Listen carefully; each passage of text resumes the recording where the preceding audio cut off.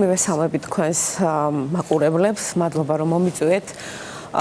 მე არ ვაღიარებ ბიძინა ივანიშვილს ზეკაცად. და არც მისი უძლეველობის მჯერა. ხარასაც უსმენ, ხან რჩება შთაბეჭდილება, რომ ქართული ოცნების მხარდამჭერებზე მეტად ნაციონალურ მოძრაობის წარმომადგენლებს ჯერათ ბიძინა ივანიშვილის დაუმარცხებლობის და უძლეველობის მითის. მე არ ვფიქრობ, რომ ბიძინა ივანიშვილი დაუმარცხებელია, ყოვლისშემძლეა და ყველაფერს აკონტროლებს და ყველაფრის დალაგება შეუძლია. პირიქით. არჩევნების გაყალბებაში არის კი. იცით რა, კი, მაგრამ თელმა ქვეყანამ გაყალბება მაშინ არის საინტერესო, როცა ამას ვერ გაიგებს ვერავინ. არც შიგნით, არც გარეთ, არ დარჩენილა, არ ვიცი, საღად მოაზროვნე ადამიანი, ვინც ეს არჩევნები არჩევნებად შეაფასა. ამიტომ გაყალბებული არჩევნები შეიძლება ქულად ჩაიწეროს პარტიამ მაშინ, როდესაც ამის შესახებ არ იცის არავინ. ეხლა რაც შეეხება კონკრეტულად ამ ვითარებას, რატომ ვარ დარწმუნებული, რომ უძლეველი არ არის და ვერ მართავს და აი ეს მითები, რომლებსაც ის წლების განმავლობაში ქმნიდა, იმსხვრევა თვალსა და ხელშუა.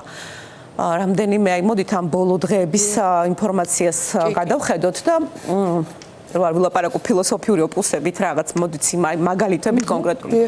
ხარც მე თავით ვერაფრით ვერ ვივიწყებ ამას, აი რაც მოხდა 2 დღის წინ თუ 3 დღის წინ ხელვაჩაურში ბოლქვაძე 32 წლის ახალგაზრდა კაცი.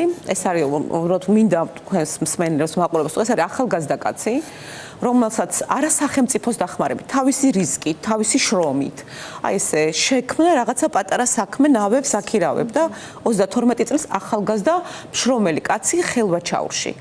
მიადგნენ პარაზიტები, რომლებიც თვითონ ვერაფერს ვერ ქმნიან და ვერ აკეთებენ, მხოლოდ წართმევა შეუძლიათ ჯგუფურად ძალადობით, კრიმინალები, წილში ჩაჯდომა თხოვეს თუ რაღაც, მან საქმეზე, თავის შრომაზე, ღირსებაზე უარი არ თქვა, ის ჩაცხრილეს, მისი მანქანა წყალში ჩააგდეს და ოჯახი ახლა ვითხოვს დამნაშავეების დასჯას. ეს არის ფაქტი იმისა, ადასტურებს იმას, რომ ქართული ოცნება, რომელიც გაურიგდა კრიმინალს და კრიმინალთან გარიგებით, რაღაცა ძალადობით გააკეთა ის არჩევნები, აი ეს ამ კრიმინალმა დაიწყო თავისი ცხოვრება.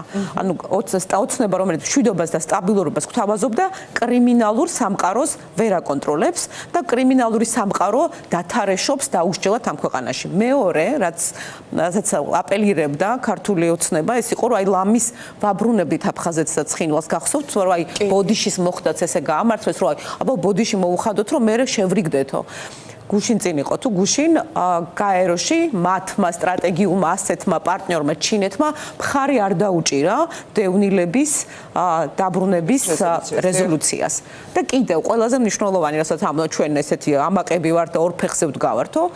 ეგ გუშინ იყო კალაძე ამბობს, რომ თურმე თავისი ფული აიღო და რაღაცა ის სადამალოს არ იცის და კრიპტოვალუტაში გადაუტანიათ მისი მილიონები, ეს თვითონ გამოაცხადა და ასევე ვნახეთ ევროპარლამენტარის განცხადება, რომელსაც თქვა, რომ ქართული ოცნების წევრები გვეკითხებიან, შეგვაწუხეს, როგორ გავარჩეთ, როგორ გამოვძვრეთ სანქციებიდან, როგორ გამოვიდეთ იმ სიიდან, რა ეშველება ჩვენს ვილებს, ჩვენს შვილებს ბრუსელში, ბელგიაში თუ ესპანეთში. აი, ეს არის ის ქართული ოცნება, რომელიც გვპირდებოდა მშვიდობას, აფხაზეთის ცხინვალს, მაშინ რა ქვია, სამაჩებლოში დაბრუნებას, გვპირდებოდა ეკონომიკურ აღმავლობას, გვპირდებოდა სტაბილურობას და თურმე მყარად განან ორ ფეხზე. ეს არის ის ოცნება. მე არ ვფიქრობ, რომ ოცნება არის უძლეველი და დაუმარცხებელი. არც ბიძინა ივანიშვილი არის უძლეველი და დაუმარცხებელი. და ბრძოლა, რა თქმა უნდა, რეჟიმთან არის რთული, მაგრამ ეს არის ერთადერთი გზა. კიდევ ერთ მაგალითს მოგიყვანთ და რაღაც ბევრს ლაპარაკობ მონოლოგივით გამომდის. არის ასეთი სოფელი ხიზაბავრა, ეს არის სამცხე, ასპინძის რაიონი, ეს სოფელი არის ულამაზესი, უძველესი ისტორიული სოფელი, 1006 მეტრს სიმაღლეზე. რა თქმა უნდა, სიდუხჭირე იქაც არის, სოფელი დაცლილი, ახალგაზრდები წასული არიან საშოვარზე, მძიმე პირობები, ქოცები, რა თქმა უნდა, აი საშინელი ზეწოლის ქვეშ მატარებდნენ არჩევნებს, მერის წარმომადგენელი დადიოდა ოჯახ-ოჯახ და წაგართმევთ იმ სოციალურ დახმარებას და იმ 300 ლარიან ეგრეთ წოდებულ სამსახურსაც წაგართმევთ. სხვათა შორის მერი არის ადამიანი ვანო მერაბიშვილის დროს დანიშნული და იმ ნაცების დროს, რო ვითომ ებრძვიან თითქოს იმ დროს იყო კომისიის თავმჯდომარე, მისი რა ქვია, საარჩევნო კომისიის თავმჯდომარე დიახ, ეს ბატონი და ესენი ასე ატერორებდნენ. მიუხედავად ამისა, აი ნაციონალურ მოძრაობას იქ ყავს ძალიან მაგარი ქალი კომისიის წევრი, აი უმაგრესი ქალი. ამ ქალმა ისე იომა ლამის ხელჩართული ბრძოლა იყო, ორჯერ პოლიცია გამოიძახა ქოცმა იმან კომისიის წევრმა, მაგრამ ვერაფერს ვერ გახდნენ, ქოცებს იქ თავიანთი თაღლითობის ჩატარება არ გამოუვიდათ. აი ასე იომა იმ ქალმა. და მაგრამ იქ სადაც ჯავახეთში ყავდათ სუსტი კომისიის წევრები, მათმა კომისიის წევრებმა ხელი მოუწერეს ქართულ ოცნებას იმ თაღლითობაზე, რა თაღლითობა ჩაატარეს ძირითადად ამ უმცირესობით დასახლებულ რეგიონებში.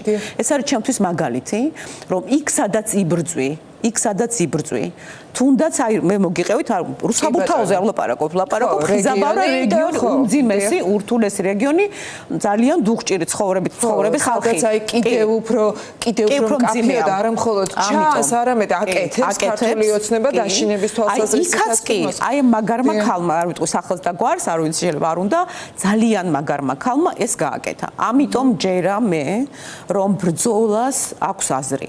ისეთ რა, ძალიან დამიჯერეთ აი მოტივაციაც სჭირდება, რასაკვირველია და ახლა მოტივაცია არის ალბათ ამეთანხმებით, რომ გაცილებით დაბალი და ნდობა პირველ რიგში არჩევნების მიმართ, არჩევნო პროცესის მიმართ, ვიდრე მაგალითად იყო 2024-ში, იმიტომ რომ ჩვენ ყველა ველოდებოდით, რომ აი არჩევნების გზით იქნებოდა შესაძლებელი ივანიშვილის გაშლა. კი, გეთანხმებით, მაგრამ ის ოცნება, რომელიც იყო მაშინ და ეს ოცნება ორი სხვადასხვა რამეა. იმიტომ რომ ამის შემდეგ მოხდა აჩვენა, რომ ვერავისთან ვერ ლაგდება და მშვიდობა კი არა, ვინ საიდან შემოგვიტევს არ ვიცით და დაუცველები დაგვტოვა.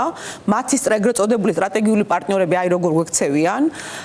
აჩვენა როგორი მოძალადე, ჩვენ ყველა ვუყურეთ აი პირდაპირ არც ერთი თანაგერ ლევან მათმა სახალხო დამცველმაც კი თქვა, რომ არც ერთი ეგრეთ წოდებული სამართალდამცველი ვერც ვეძახი მაგათ, ძალოვანი სტრუქტურები გახდნენ ისევ, არ არის დასჭილი, არც პასუხისგებაში მიცემული, აი იმ ძალადობის გამო, რაც შეატარეს. მათივე სახალხო დამცველი ლაპარაკობს. ამიტომ მე არ ვფიქრობ, რომ ქართული ოცნება არის დღეს იმ მდგომარეობაში, რომ მისი დამარცხება შეუძლებელია.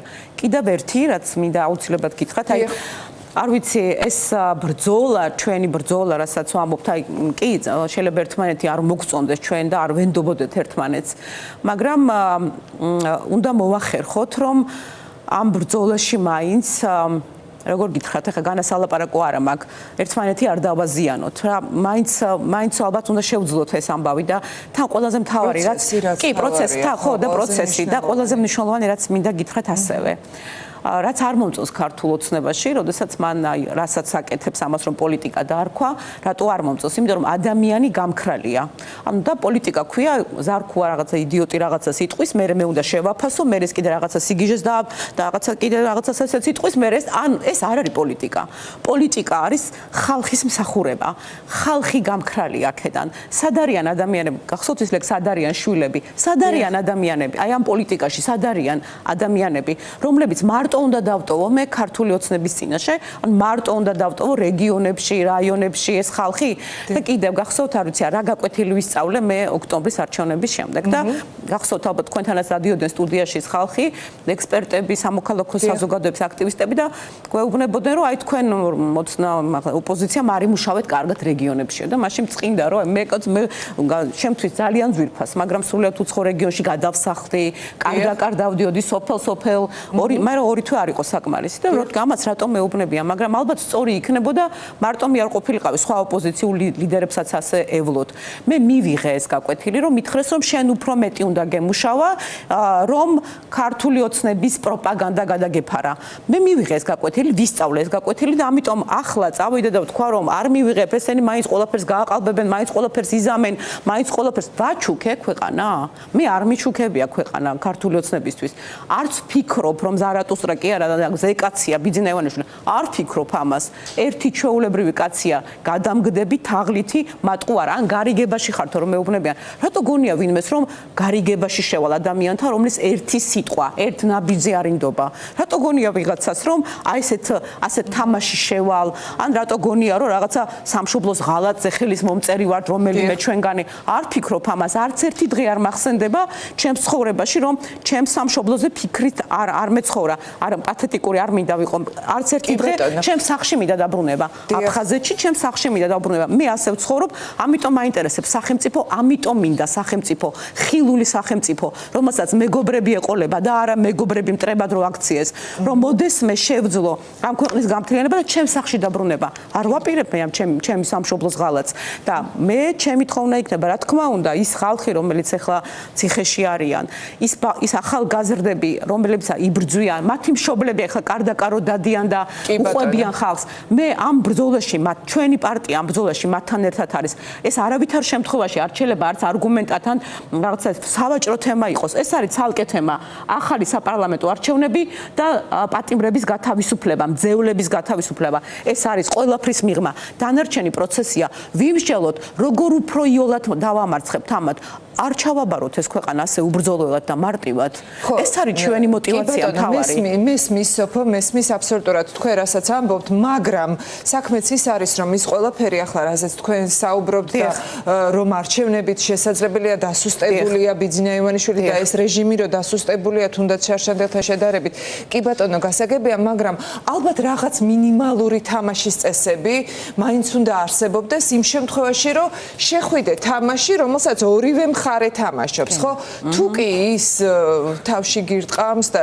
შენ რაღაც ჭადრაკს ეთამაშები აი ასეთი მოცემულობა არ ფიქრობ რომ პირიქით სწორედ ეს არ მომწონს რომ ის ჭადრ სწორედ აი ახლა მაგალითად ძალიან მნიშვნელოვანია ჩვენი მეგობრების ხარდაჭერა რა თქმა უნდა გიორგი ახარია ბრიუსელში იყო და ახლა მე ბოლოს ლონდონში ჩვენ მუშაობთ ჩვენს პარტნიორებთან რომ რაღაცა ვიღაცი ანუ ზეწოლა განხორციელდეს ეს ზეწოლა რომ მუშაობს ეს სანქციები რომ მუშაობს ამას ადასტურებენ არ მითხართ ახლა რომ ვინმე დაიჭირ ხარ დაიჭირეს ესენი არა ჯერ არა მედი მაქვს რომ გადავრჩებ არ უნდა გვაჯობონ ჭკუაში არ უნდა გვაჯობონ ეს არის მთავარი მე მესმის და ძალიან ვაფასებ თავდადებას ძალიან ბევრი ადამიანის მაგრამ ჭკუაში არ უნდა გვაჯობონ ამ მართლა უჭკუებმა რომლებსაც აი ესეთი სამარცხვინო ძალადობის გარდა არაფერი შეუძლიათ ჭორების გავრცელების გარდა.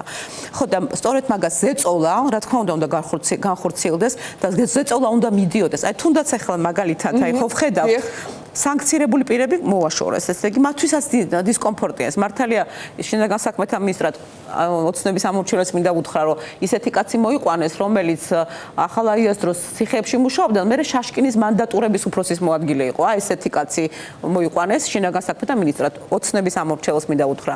ნაცებს რომ ებრძვიან და დაამთავრეს თურმე თუ ამთავრებენ ახლა. ან ის კაცი წინა დღეს კომისიაზე ხუბუაზე რო ლაპარაკობდა, ის ხუბუა ჩახუტებული ყავს ქართულ ოცნებას. ამიტომ ძალიან ბევრს უნდა ველაპარაკოთ, რომ დავანახოთ რეალურად ის სახე, რაც არის ქართული ოცნება, როგორი მატყუარები არიან და ტყუილის გარდა და ძალადობის გარდა არაფერი შეუძლიათ.